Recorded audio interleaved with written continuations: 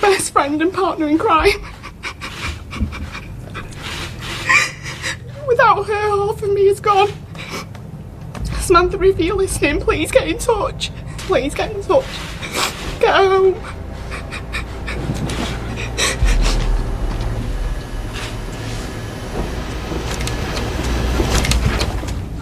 You're watching Totally True Crime. This case takes us to Stoke-on-Trent in England. 28-year-old Samantha Eastwood was a talented woman. She'd trained as a midwife, and in 2018, she was working in the maternity unit at the Royal Stoke University Hospital. She'd been in a relationship with a man called John Peake since 2010, and they were engaged to be married. She had picked out her wedding dress and the ceremony was booked, and life was looking hopeful and exciting for Samantha. But in January 2018, John and Samantha's relationship broke down and the wedding was called off. The couple split up before Samantha could wear the beautiful white lacy dress that she'd bought. She listed it for sale on Facebook for £400, stating that it had never been worn, except when she tried it on in the shop. On the 27th of July, 6 months after her wedding was called off, Samantha worked a night shift on the maternity ward. She was caught on CCTV leaving the hospital when she finished at 7:45 a.m, and she was captured with a female colleague. She was then seen getting into her Volvo car alone. It had been parked in the hospital car park, and CCTV caught her driving it home. But at 7 p.m. that night, Samantha didn't turn up for her night shift. This wasn't like her, so an alarm was raised. Her family found that her car was parked on the driveway of the home that she shared with her ex-partner John Peake, but there was no sign of Samantha. Something that deeply concerned the police and her family were the discovery of her bank cards that she'd left in the house. This meant she had no access to money. Detective Superintendent Simon Duffy told the media that this had ramped up their concerns. But Gemma Eastwood, Samantha's sister, had been messaging Samantha, and she was receiving replies. On the day after she was reported missing, this series of texts were exchanged between the sisters. At 9:50 a.m, Gemma wrote, "Where are you? Ring me to let me know you are safe." Samantha responded, "I love you all. I've had a massive breakdown about stuff. I'm so sorry. I'll be okay. I'm in touch with the helpline. I'm not going to do anything silly. I just want to be left alone." Gemma replied with, "Where are you? Let me come and see you. I won't tell anyone. Just let me come and see you. I won't tell anyone. Let me help you." Samantha said, "Please leave me alone." Gemma continued to message her. She said, "Where are you? Who are you with? We're all worried. The police are involved and they're going to do a press release. Just tell me where you are. I'll come and meet you on my own, and I won't tell anyone." Samantha's phone replied saying, "No, Gem, I'm sick of pretending I'm okay. I'm going to the doctors.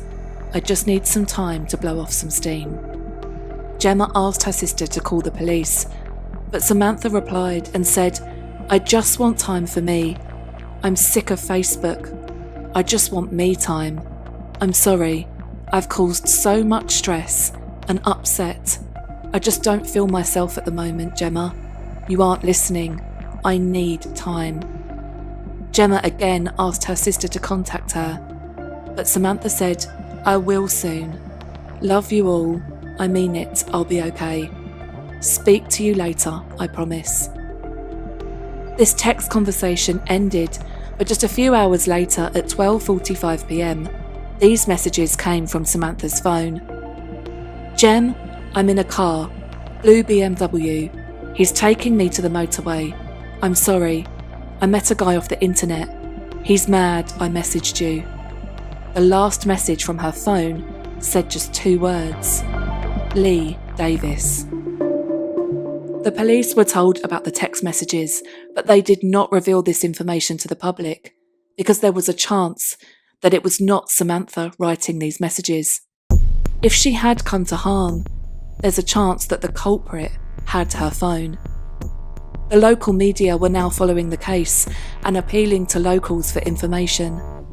As the police conducted door-to-door inquiries in the neighbourhood, they came across a neighbour who said they heard a scream coming from Samantha's house at around 2 p.m. on the day she went missing. The police circulated images of Samantha along with a description of her.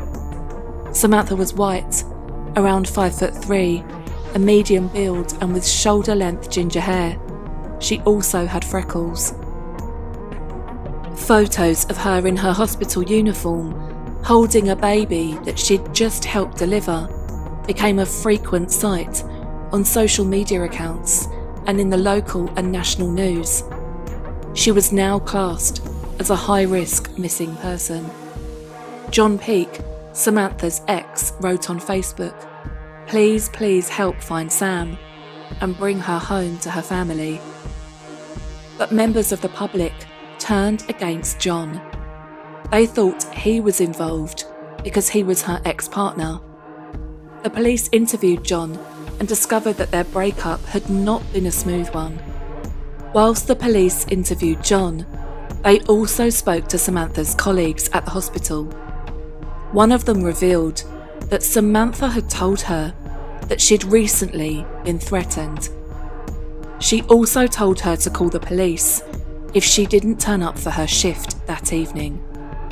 So, when she was 20 minutes late to her shift, her colleague called the police and told them what Samantha had told her. This missing persons inquiry was now shrouded in mystery, and Gemma Eastwood, Samantha's sister, made a public appeal for information. Samantha is a happy, bubbly and smiley woman. She can be very straight and direct. She's my best friend and partner in crime. Without her, half of me is gone. Samantha, if you're listening, please get in touch. We all love you and miss you very much. We just need you home where you belong. Samantha is a fantastic woman and friend. She's warm, friendly, loyal, kind and generous with a great sense of humour, and whoever she is with will always make their times together fun. Samantha was determined to become a midwife from a young age and succeeded. All of Samantha's work friends describe her as an amazing midwife. She's caring, harmless and gentle. She's selfless and would do anything for anyone before herself. Samantha is 5'3", medium build with ginger shoulder-length hair and green eyes. She has freckles on her arms, face and neck. And I just want to say, if she's out there or anyone knows where she is, just please get in touch. Get home.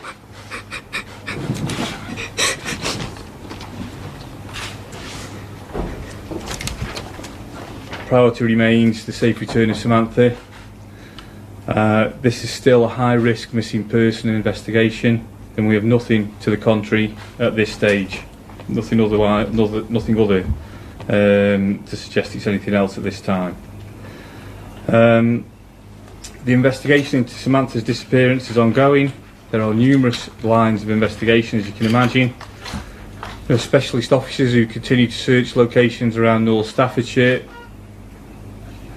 As you can imagine, there's a very significant CCTV trawl, so we can look at what's gone on, following on from the last positive sighting of Samantha, which I put out the other day, was at 07:45 or 7:45 a.m. on Friday the 27th by a member of staff at the hospital. Obviously, we'd love to hear from Samantha. You've heard the appeal from Jenna, or anyone who knows where Samantha is. We'd urge them to get in touch with us. Anything they want to tell us will be dealt with in the strictest confidence. I made an appeal the other day for anyone in the North Staffordshire area over the weekend who's had anything that they thought was suspicious, something that they didn't feel was quite right, I'll just reiterate that appeal because, you know, if you've seen someone parked in isolated locations, in lay-bys, in car parks, however silly or innocuous it may seem to you, you don't know how useful it may be to us, and I'd urge you to get in touch. I touched on the fact that we were doing a lot of CCTV work. Just further to that appeal the other day, what I would ask for is, I know dash cams are fairly prevalent nowadays, so if anybody who's out and about within North Staffordshire, particularly around Badley Green, on the main arterial routes, has got any dash cam footage, whether they're privately owned, whether it's commercial vehicles or whether transport vehicles, we're getting up now towards the anniversary. It's a week today since the last positive sighting of Samantha. So, you know, if people have got those on record over delays, I'd just ask, you know, we don't know how relevant they may be in the future, but just as a precautionary measure, I would make that appeal to people if they've got those and they've been around North Staffs and Stoke-on-Trent, around that location, that they would retain that footage if at all possible. You just never know if we change the parameters of an appeal as this investigation continues. 100 officers were now involved in the search for Samantha. The public were asked to keep a lookout for abandoned cars in remote places and report them if they came across anything that looked suspicious. As the hours ticked by, the police came more and more concerned for Samantha's safety. But unbeknown to the public, the police did have a prime suspect. 2 days after Samantha was reported missing, an arrest was made. The police didn't announce who had been arrested, except to say that it was not her ex, John Peake. In fact, it was Samantha's former brother-in-law, Michael Sterling. Michael was married to the sister of John Peake, Samantha's ex-fiancé. After speaking to her colleagues in more depth, the police discovered that Samantha had been having an affair with Michael for the past 3 years, and this was why her wedding to John had been called off. She told her colleagues that she was nervous because she had told Michael that she was going to tell his wife about their affair.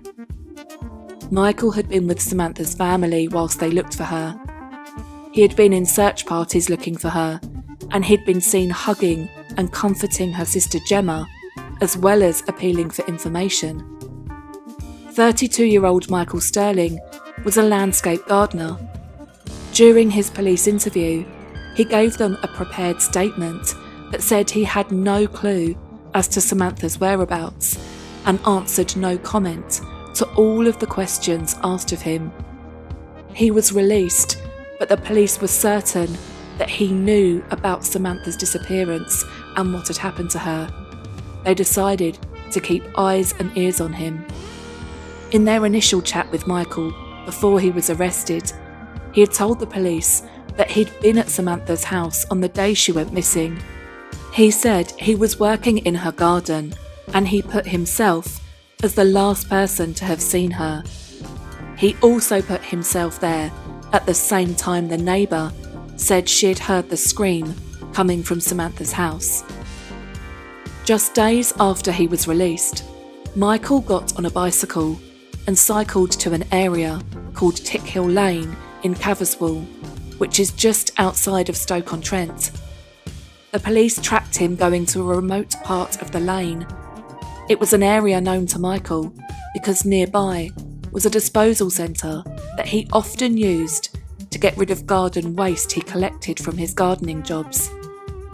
What Michael hadn't realised is that he'd just led police straight to Samantha's body. As the officers approached the area that he'd been to, they saw there was a mound of freshly dug earth, and they called the forensics team in. Samantha's body was found, wrapped in a duvet, with tape over her eyes and mouth. The discovery of her body left her loved ones and the wider community heartbroken, and many floral tributes were placed outside of the Royal Stoke University Hospital where she worked. The police had enough evidence to arrest Michael Sterling. 11:05 yesterday morning, specialist search trained officers went to that area where this disturbed earth had been seen, Specialist search trained officers went there and they found a human body buried in a shallow grave, and the human body that was buried within it has been positively identified as Samantha Eastwood.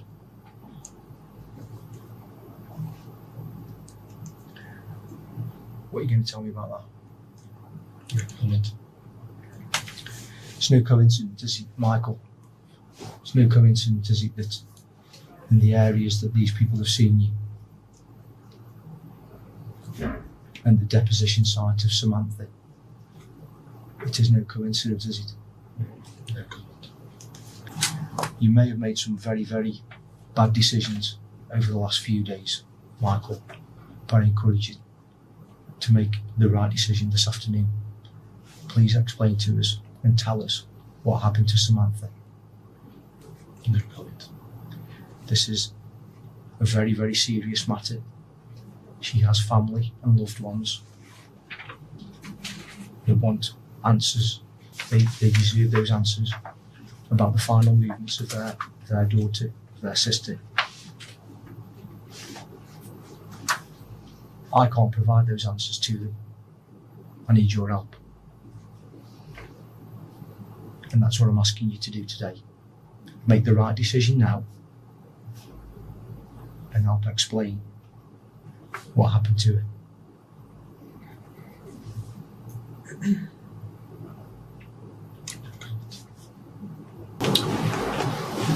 What have you done to Samantha? No comment. Have you killed Samantha Eastwood? No comment. If you haven't, tell me who has. No comment. Even though he said no comment through most of his interview, he did eventually confess to murdering Samantha Eastwood.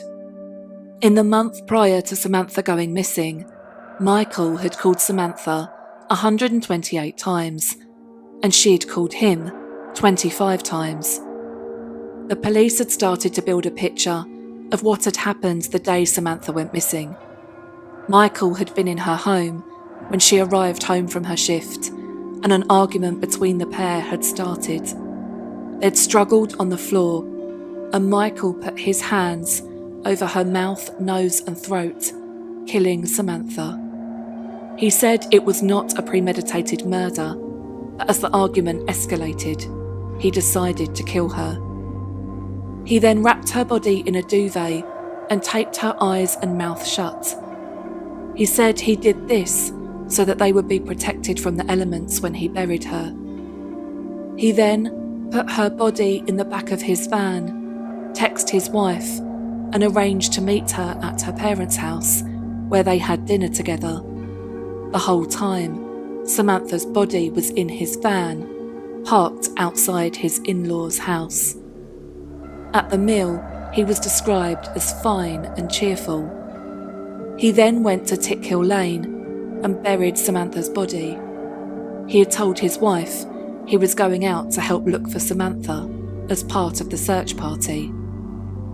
After burying her in a shallow grave, he did in fact join Samantha's family in a search, and this is when he hugged her sister Gemma, a moment that Gemma has since said haunts her. He was also the one who was texting Gemma, pretending to be Samantha. He had fabricated the story about meeting a man called Lee Davis off the internet in a ploy to throw police off his trail. 2 other arrests were made, a 28-year-old male and a 60-year-old male. The 60-year-old was Michael's father, Stephen Sterling. These men were arrested on suspicion of assisting an offender, but the charges were later dropped. Michael Sterling pled guilty to murdering Samantha Eastwood. His defence cited that he had experienced serious mental health issues in the past, and in the days following the murder, he had searched for ways to take his own life. The judge sentenced him to life in prison and ordered him to serve a minimum term of 17 years. A tribute to Samantha on a GoFundMe page that was set up to help the family pay for her funeral read, quote, Samantha was a lovely young woman who helped to bring so many lives into this world. She had a bright future ahead of her, and sadly, this was taken away far too soon. Samantha's story has been followed by midwives and NHS workers worldwide. They have been touched by the kind words from mothers Samantha had cared for in her role as a midwife.